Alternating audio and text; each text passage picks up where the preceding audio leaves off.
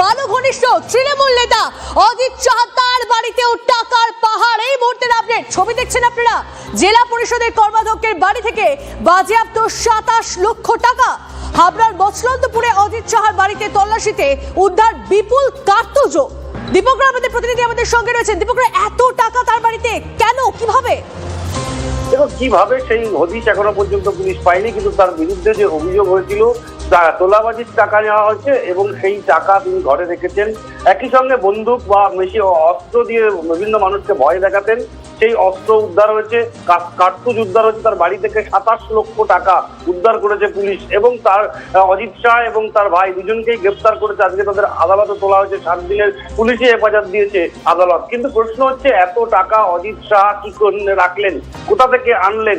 জ্যোতিপ্রিয় মল্লিকের অত্যন্ত ঘনিষ্ঠ হওয়ার কারণেই তিনি উত্তর 24 পরগনা জেলা পরিষদের স্বাস্থ্য কর্মাধ্যক্ষ হয়েছিলেন। তার পরিপ্রেক্ষিতে তার এত বাহর বেড়েছিল এবং একই সঙ্গে মছলন্দপুর এলাকায় ত্রাসের মতন থাকতেন, এলাকার মানুষজন সকলে ভয়ে থাকতেন। তুমি দেখতে পাচ্ছ যে ছবি, সেই ছবিতে একদম স্পষ্ট দেখা যাচ্ছে এই টাকা উদ্ধার হয়েছে তার বাড়ি থেকে।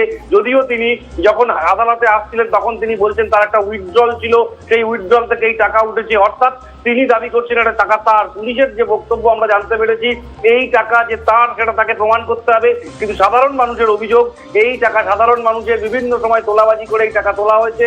27 লক্ষ টাকা তার বাড়ি থেকে উদ্ধার হয়েছে এবং তার সঙ্গে তার ভাইকেও গ্রেপ্তার করা হয়েছে। একই সঙ্গে প্রচুর মদের বোতল এবং কার্তুজ, বন্দুকের কার্তুজ, বন্দুক, এগুলো কেন তিনি বাড়িতে রেখেছিলেন একজন রাজনৈতিক ব্যক্তিত্ব, এইসব নানাবিধ নিয়ে প্রশ্ন রয়েছে। জ্যোতিপ্রিয় মল্লিকের অত্যন্ত ঘনিষ্ঠ এই অজিত শাহ, তাকে আরো জিজ্ঞাসাবাদ করা দরকার আছে এবং তার কাছে আরো অস্ত্র আছে। এই জন্য রিকভারির জন্য পুলিশ যে চেয়েছিল, পুলিশ রিমান্ড চেয়েছিল, তাদের 7 দিনের পুলিশ রিমান্ড মঞ্জুর করেছেন আদালত। বেশ, নজর রাখো দীপঙ্কর, আপাতত তোমার ধন্যবাদ। কিন্তু যে খবরে এই মুহূর্তে নজর, আরো একবার আপনাদের জানিয়ে রাখি, বালু ঘনিষ্ঠ তৃণমূল নেতা এই অজিত সাহা তার বাড়িতে টাকার পাহাড়, শুধুমাত্র টাকাই নয়, ছবিটা দেখুন, টিভি9 বাংলা এক্সক্লুসিভলি আমরা দেখাচ্ছি। কার্তুজ, মদের বোতল, সমস্তটা সাজিয়ে রাখা রয়েছে। ছবি দেখছেন আপনারা। জেলা পরিষদের কর্মাধ্যক্ষের বাড়ি থেকে বাজেয়াপ্ত 27 লক্ষ টাকা। হাবড়ার মছলন্দপুরে অজিত সাহার বাড়িতে তল্লাশিতে উদ্ধার বিপুল কার্তুজও। পুলিশি তল্লাশিতে মিলল 500-র বেশি কার্তুজ। হুমকি, মারধর, তোলাবাজির অভিযোগ রয়েছে ধৃত তৃণমূল নেতার বিরুদ্ধে। কেন বিপুল পরিমাণ কার্তুজ বাড়িতে রেখেছিলেন? জ্যোতিপ্রিয় ঘনিষ্ঠ তৃণমূল নেতার ভূমিকায় বাড়ছে রহস্য। ছবি দেখছেন আপনারা। তৃণমূল নেতার বাড়িতে অগুন্তি কার্তুজ বলে খবর পাওয়া যাচ্ছে। ক্যাশ টাকা, সেই টাকার পাহাড় দেখুন। অজিত সাহার বাড়িতে টাকার পাহাড়। জেলা পরিষদের কর্মাধ্যক্ষের বাড়ি থেকে বাজেয়াপ্ত 27 লক্ষ টাকা। এত টাকা, এত কার্তুজ তার বাড়িতে কেন, এই নিয়ে এখন প্রশ্ন উঠছে। হাবড়ার মছলন্দপুরে অজিত সাহার বাড়িতে তল্লাশিতে উদ্ধার বিপুল কার্তুজও। এত কার্তুজ তিনি নিজের বাড়িতে কেন রেখেছিলেন? তার বিরুদ্ধে এমনিতেই হুমকি দেওয়া, এই সমস্ত কিছুর অভিযোগও রয়েছে। তার পাশাপাশি তার বাড়িতে এত পরিমাণে কার্তুজ, এত টাকা, ক্যাশ টাকা কেন তার বাড়িতে কেন মজুত করা হয়েছে? এই টাকার উৎস কি? এই সমস্ত নিয়ে ইতিমধ্যেই তদন্ত শুরু হয়েছে। যে ছবি এই মুহূর্তে দেখছেন, পিসিআরকে বলবো আরো একবার দেখাতে। টিভি9 বাংলা এক্সক্লুসিভলি দেখছেন আপনারা এই ছবি।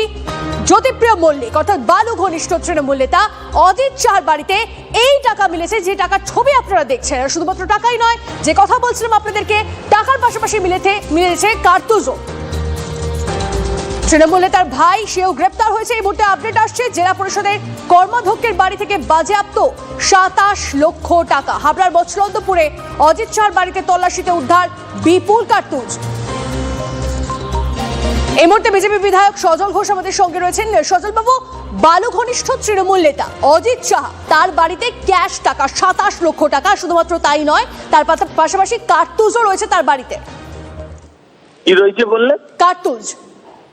আমি আপনাকে একটা কথা বলছি শুনুন, তৃণমূল নেতাদের বাড়িগুলো ভালো করে যদি রেড করা হয় না সঠিকভাবে, একদম আগা পশতলা ওপর থেকে নিচে অব্দি সব যদি রেড হয়, তাহলে আমি শিওর পশ্চিমবঙ্গে যে 8 লক্ষ কোটি দেনা আছে, এই দেনাটা শোধ হয়ে যাবে। এই দেনাটা পুরো শোধ হয়ে যাবে। আরে আপনি ভাবুন, বাদুড়িয়ার একজন ওই কাউন্সিলর, ওগুলো কিন্তু কাউন্সিলর না, আপনারা ভুল বলেন, ওগুলো হবে কমিশনার। কাউন্সিলর হবে শুধু কর্পোরেশনের।